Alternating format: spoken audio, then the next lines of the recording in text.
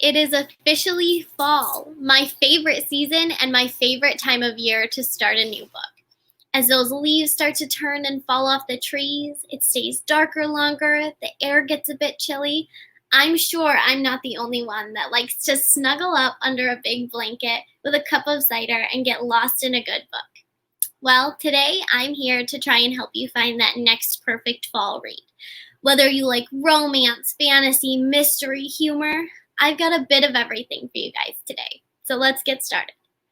The first novel that I want to share is called Transcendent Kingdom by Jesse.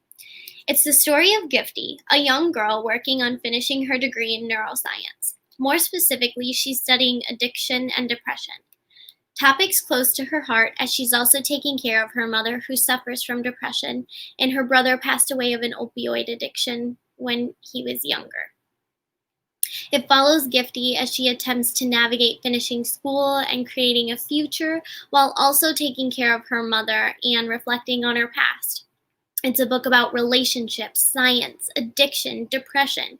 It's raw and emotional, and it offers lots of opportunities for discussion.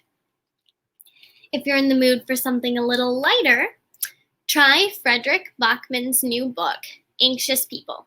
This is a hilarious and heartwarming read about a bank robber who failed at robbing a bank, so instead decided to take hostage of the people in a nearby apartment building.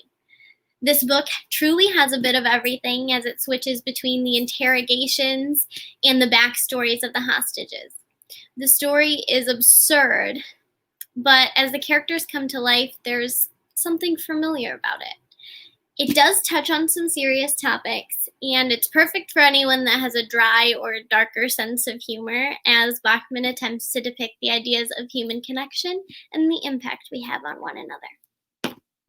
And last, but certainly not least, is V.E. Schwab's book, The Invisible Life of Addie LaRue.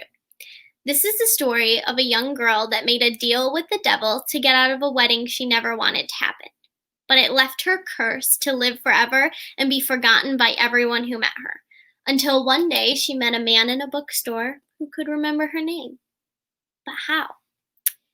It's great for anyone who likes a little mystery and a bit of romance. Follow Addie on her 300-year journey as she attempts to leave her mark on her world of solace, finding comfort in the arts.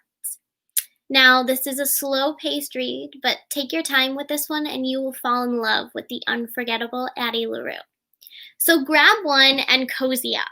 Happy fall and happy reading, guys.